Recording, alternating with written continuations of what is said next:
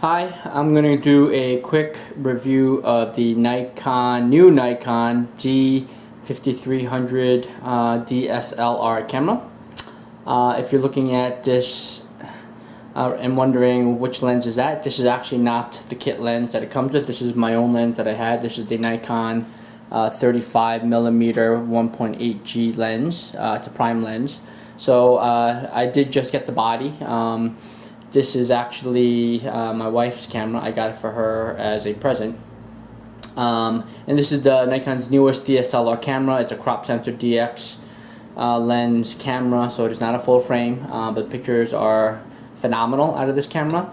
I'm just gonna do like a brief overview and demonstration. I've not seen any reviews for a red Nikon D5300, and let me tell you, the color, the red, I don't know if my camcorder will do this camera justice, but the red on this camera it's phenomenal. It's a deep red. It's not like a sports red. It's like a deep red, almost like a maroonish color, and it's very glossy. And it just looks really nice. So you probably can't even see it too much on a camcorder, but the color on this is really nice. The three options that you have are black, gray, and red. I decided to get the red for my wife as a Christmas present. And since I already had an extra prime lens, and I'm going to refer to the D7000 on because that's my other DSLR camera, I already had an extra lens, so why get the kit lens? I think the kit lens that comes with this is 18 to 105 lens, which I didn't need another big lens. So I decided to just get the body on this camera. So the specs on this, I'm not going to go through all the specs. I'm sure you could see all the reviews on the specs and whatnot. I just want to do like a brief walkthrough. I haven't seen a review for a red D5300 yet. But the specs on this, it's a 24.2 megapixel camera, DX sensor, like I said. This is actually Nikon's first DSLR camera with a swiveling LCD screen, and this is really nice. Now, one thing that I do like about this is you can actually take pictures of yourself. So you could turn the screen around and take a picture of yourself if you wanted to with this. The only other camera that I knew that had this was probably like a Canon T3i that I had at one time. But this is Nikon's first DSLR camera with a swiveling LCD screen, and it's actually a nice one too. It's a 3.2-inch LCD screen, so this is pretty nice. And I'm a Nikon user. I like Nikon. Canon's okay, but I think I just like Nikon a little bit better. But this is their first DSLR camera with a swivel out screen, which I think is a more consumer recreational feature rather than professional feature. But this comes in pretty handy, especially for my wife, who takes a lot, she likes to take a lot of pictures of friends and kids and whatnot. This is really cool. So as I said, the lens that I got, this is my own lens, so this is not, so I'm not going to talk too much about the lens, but this is my own prime lens that it came with. One thing that you will notice about this camera, like I said, the red color is phenomenal. I mean, you will not be disappointed. It also comes with a red Nikon strap. Okay, very nice. Like I said, not for me, it's for my wife, but the red is very nice. But it's red enough to the point where it's not like girly that I wouldn't even be embarrassed using it myself. It comes with a red strap. It comes with the swiveling 3.2-inch LCD screen. If you want it, it's they're on sale now. You can get it with the kit lens, which I did not do. I had my own prime lens, which is a phenomenal lens, like I said. But some basic features of this: the body, it is plastic. So my only concern would be is if I would ever not be careful with this thing, it would get scratched up and whatnot. So I wouldn't want to put this on concrete or anything like that. Whereas I know the D7000 has more of, I think it's a magnesium alloy type of body. So I would just, I just over time I have to watch out for wear and tear on this body, but the color is phenomenal. The battery on this thing, this is I believe it's a similar battery, not the same as my 7000, but this is the ENEL14A battery. Comes with this. It has one slot for an SD card. My D7000 has two. Not a big deal. So I got a big 64 gigabyte card because I do like to shoot RAW and JPEG at the same time, whereas the D7000 will keep the RAW on one SD card and the JPEGs on the other. This I just got a larger card, and it can take and it can actually take the 1300 pictures, RAW and JPEG in the highest settings. So there's one slot for SD card. Has a little nice grip here. Here's your controller. One thing that's different about this camera is that it does have the drive button on the side here, okay, versus on the top. The D7000 has it, I believe, on the top. This one has it on the side. No big deal. It's okay there. Let me turn it on. Full screen. Okay. A little bit different. Here, right now I have it in auto mode, so right now it tells you all the different settings, obviously. Okay. Put on live view right here. Okay. Here's your pop-up flash, which I'm not crazy about. Turn off live view. If you want to change any settings on this camera, you just hit the info button, and then obviously you can go back and forth and whatnot. Right now I have it on RAW plus fine. So it takes RAW files and JPEG files. One thing I will also show you, and obviously you can go through all the different settings here with the controller. You can change ISO settings, white balance, etc. I'm not a professional, so forgive me if I don't use the correct verbiage for everything on this camera, but I think this would be a good walkthrough for all of you looking for a DSLR camera. I will tell you, if you're looking to get a DSLR camera, I think now is the time to get it. This is probably a very user-friendly camera, especially for a beginner. As I said here, swivels out. Alright, let's go back to live view real quick. Okay. Screen's pretty clear. I don't usually take pictures using the live view camera, but I think my wife probably does, so it comes in very handy for her. Okay. Mode dial on the top. Obviously, you have your auto settings. You have non-flash. You have the different scene modes. You can do night, portrait, whatever. There's portrait. There's landscape. There's kids. There's like sports. There's a macro mode. You can do effects, like certain effects, like a sketch mode, or you could do like you wanna like isolate certain colors only. You can do that. So I'm not gonna get into that too much. Then obviously you have your different. You have your manual mode, aperture mode. I use aperture mode a lot. Shutter priority, and then program mode. So my wife will probably use auto mode a lot, which is okay. I use auto mode a lot too. I personally like to use the aperture mode, especially with this prime lens that gives you a nice bokeh effect. I like to put it on the 1.8 aperture and get some nice blurry background, so I do like to leave it on aperture a lot. I will show you, here you go, here's the drive. Okay, here's the drive button, as I said. So I'm going to press this button and you see what happens. Okay, so here, so if you want to do continuous pictures, this is low. You probably get about 3 or 4 pictures a second. High, you're supposed to get about 5.5 pictures a second.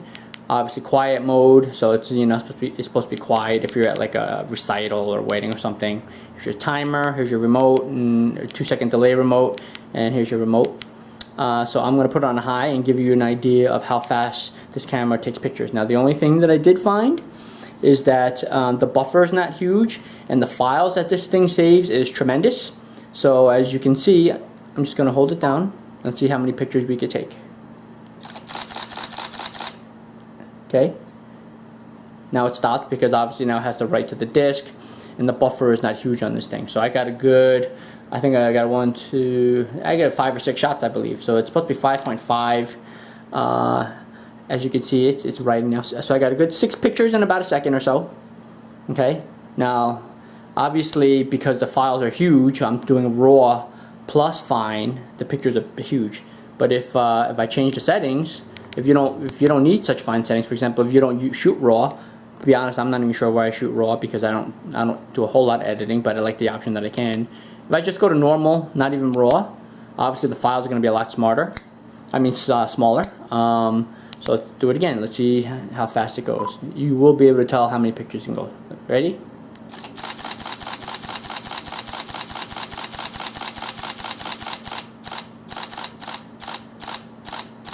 It started slowing down at about 24 pictures. So obviously your settings is going to have an impact on how fast you can take pictures. Started slowing down about 24 pictures, but I took about 30 pictures in about those couple of seconds. So yeah, look at that, 31 pictures I took. Okay, so obviously your settings are going to make a difference. Okay. One thing I will show you too about this camera, I'm going to go into the settings real quick. I'm going to delete all this garbage. Okay, here's the menu button right here. I'm going to delete all those. Okay. Let me just change my settings back. I like it large, and I also like it, I like to do the raw, so raw plus fine. Okay. Now in this camera you do have the option of taking RAW in 12-bit or 14-bit. Now for me, who's an average recreational user, at first I had it on 14-bit because, you know, obviously I like to go to the best settings, but I think 14-bit, from everything that I read on the internet, is really not necessary. You don't see a whole lot of difference, especially for the non-professional like myself. And the 14-bit RAW files were close to 30 megabyte files. They were tremendous, the huge files. And the continuous shooting modes were even slower on 14-bit. So I changed it back to 12-bit. So you could read up on it yourself. It does 12-bit or 14-bit. I just left it on 12-bit because 14-bit is just a huge file and there's really no significant difference. So that's the shooting menu. Let me show you some other things here. Okay, movie settings, here we go. One thing about this camera that I love, and I'll try to show you some video of this, but this is the first Nikon DSLR, and I'm not 100% sure about that, but compared to the D7000. D7000 only does 1920 by 1080, 30 frames per second. This camera does 1920 by 1080, 60 frames per second. So I can tell you the videos on this camera are phenomenal. They are ultra clear, ultra smooth. On the D7000, you could tell it's like a little bit choppy, not like camcorder speed. You could tell like the people are like, it's a little choppy. So that double frame rate per second makes a big difference. And I'm gonna try to attach a clip of a video I'm gonna take with this in this review. So I leave it that on the highest setting. Okay. Obviously, all your other options, you can play with this yourself if you want. Okay. What else is on? Oh, this camera also has built-in GPS and Wi-Fi. The first DSLR that Nikon made with built-in GPS and Wi-Fi. Now the GPS, I don't really do a whole lot with that, but the Wi-Fi is actually pretty cool. What you could do is you could hook it up to your iPhone, and instantaneously when you take pictures with this camera, once it's hooked up to your iPhone, you can transfer from the camera to your iPhone over Wi-Fi, which is pretty cool. You can also use your iPhone to almost like a remote. So for example, I can put the camera across from me, use my iPhone, if I have my iPhone with me, I can focus with my iPhone, take the picture with my iPhone. So that's pretty cool. So if like I want to take a picture with a group of people, I could throw the, and I don't have a remote for the camera, I can use the iPhone as a remote, and then the picture automatically saves on the iPhone. So you get DSLR quality pictures automatically put onto your iPhone, and you could use that for like social media such as Facebook, Twitter, Instagram, or whatever it is you use. So that's a cool feature, and I know that's a good user-friendly feature for like my wife and kids because they like to do a lot of, you know, social media type stuff. So first DSLR camera by Nikon with built-in Wi-Fi and GPS. So I thought that was really cool. Obviously here's your record for movies. You can hit your info button here. Alright, I personally don't like to have a whole lot of stuff on the screen. If I'm looking at it, I like it nice and blank like that. Okay, here's your exposure compensation button. Alright, now the grip on this camera, you have a nice little grip here. It's a little bit smaller than the D5200, smaller than the D7000, but it's perfect, I think, for, you know, somebody with smaller hands or somebody like my wife, some girl's hands, to be quite honest. But the grip here is pretty good, and it's a very light camera because remember the body is plastic, so it doesn't give you that heavy-duty feel like a lot of DSLRs give you. Obviously, you have a stereo microphone now for movies. Obviously, you have your hot shoe for flash or whatever other accessories that you have. Obviously, I think the rest of the camera is pretty straightforward. Obviously, you have your inputs on the side here, which I probably never use. Okay, so you have a microphone input jack, AV out jack. You have a remote jack, and you have a mini HDMI port all on the side here. Okay, which, like I said, I never use those things. Alright, so let me take some video with this, and you guys let me know what you think, and then I will come right back.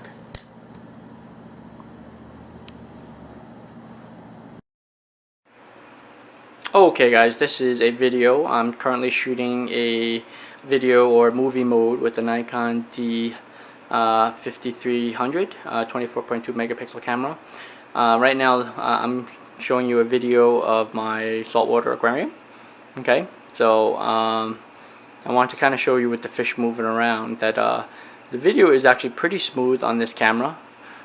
Now one thing that I never liked in the past about taking videos with DSLRs is when it was 30 frames per second, it was kind of choppy, but this is 60 frames per second, so everything's very smooth like a camcorder. And also what you could do is you can hold down the shutter button if you need to focus. So if I like move back and forth, you know, sometimes I go out of focus, but I can just press the shutter button halfway again and it will refocus. Okay, I don't know if you could tell, but it just went out of focus, went back to focus. So as you're taking movies, you can actually focus by touching the shutter button again. So I don't know if this is this will do justice to how clear the videos are with this camera, but it is very clear. And obviously lighting situations make a difference too.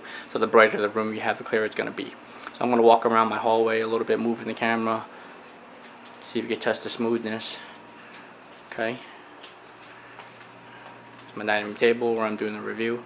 Okay, so I'm trying to move around a little bit, kind of, you know, the motion on this thing. It's pretty. I'll be honest, it's just a lot better than, you know, the D7000 at 30 frames per second. Okay, I'm gonna move in a little closer. See, she's out of focus, but I press the button, and then it zooms in again. And it refocuses again. Okay. And just so you know what you're looking at, this is called a Moorish idol. Beautiful fish. Okay, so that's okay. I'm gonna refocus again. Looks like it's getting blurry. There we go. So that's video with the Nikon D5300. Okay, so I don't know if you could tell or not from that video, but the video is pretty clear at 60 frames per second. So that's definitely a big improvement over the D7000, at least. I think that's basically it for this camera. Like I said, you decide if you think the time is right for you to upgrade from, you know, a pocket digital camera to a DSLR. Now the reason that I gave my wife this prime lens, because obviously this is a smaller lens for a DSLR. Usually they're huge. Like the lens that I have on the D7000 comes out to about here. I believe it's like a 28 to 140 lens or something like that. But this is a very small lens. It's a prime lens, so basically what a prime lens is, you can't zoom. So what they say is just, you know, zoom with your feet. You have to walk back and forth. But if you decide to get the kit lens, I'm sure, you know, that's up to you. But that is going to be a little bit bigger, a little bit out here. And I tried to get something a little bit smaller, so my wife can carry it around in her bag. But you know, if you've had DSLRs before and you already have a lens, or you have multiple lenses, then just buy the body. You know, that's what I did. I just bought the body and just put this lens on it. But all in all, this camera is very, very nice. The color, fantastic. The red is, I'll be honest, it's beautiful. It's a nice red for a camera, and it really, when you pull this out, everyone's like, "Ooh, nice camera." It's, you know, because the color is really, really nice on this camera. It's perfect for my wife. I like the D7000 because it feels a little bit more manly, and it's heavier, and it's a little bit, the alloy, I like that feeling. But what I like about the D5300 is this is definitely cool. Very user friendly. Okay, the kids like to use that too. Very user friendly. Okay. Color's nice. The video much nicer than the D7000. Taking movies is very, very clear. Personally, I like the D7000. It has all the options. Got the little LCD screen here. You can see I like that. But for my wife, you know, I mean, she doesn't really look at all that, so she probably has it on auto mode for the most part. So, you know, I think for the recreational user or maybe a first-time DSLR buyer, you'll be putting it on auto, using the screen a lot, swiveling in and out if you want to take a picture of yourself. Okay, all right, tilt it up, down, whatever you want. Okay. And I think just taking the movies with this it's a huge improvement. And also at 5.5 frames per second, I mean that's pretty decent. That's pretty decent continuous picture taking. So big difference from a pocket digital camera.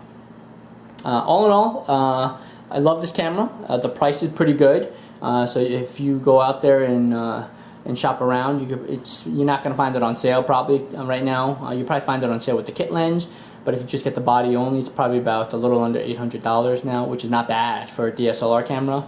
This prime lens that I got, like I said, the prime lens I have is the Nikon 35mm 1.8G prime lens. This is only $200. So if you decide to say, you know what, I don't want that kit lens, I want something more simple, something smaller, you can spend $200 for this lens. So $200, $800, $1,000 for mid-level DSLR camera. And you have different color options, black, gray, and red. I got the red. The red is hot. I think that's basically it. Like I said, overall, very nice camera. The pictures are phenomenal. The pictures are very, very clear. So, you know, I'm not the greatest photographer, so I don't have any sample pictures that I can show you.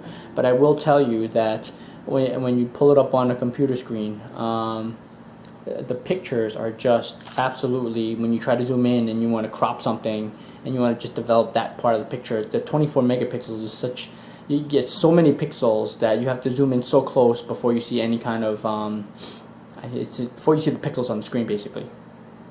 And also, the raw files, you know, the one thing I will tell you too, if you search it on the internet, the raw files, like I said earlier in the video, you can do 12-bit or 14-bit.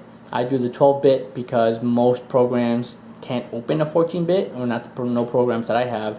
I have Adobe Lightroom version 4, and I can't even open the 14-bit raw file. You have to upgrade to 5, which I don't have. And Nikon does give you their proprietary software that you could use, but you know, I like Lightroom, so I just changed it back to 12-bit. But you have that option if you do want to shoot in 14-bit raw. So all in all, great camera, great picture quality. Like I said, 24 megapixels. And this is just a fantastic DSLR camera. So not too big, a little bit smaller than the 5200. So my suggestion is, if you're looking to upgrade, go with the 5300. You got a black option, gray option, or for girls, a red option. Guys too, if you want red too, that's fine. But definitely, if you're going to upgrade to a DSLR, this is a good size, very user friendly. Okay, built-in Wi-Fi, built-in GPS. This makes it very simpler with this dial. And you cannot go wrong.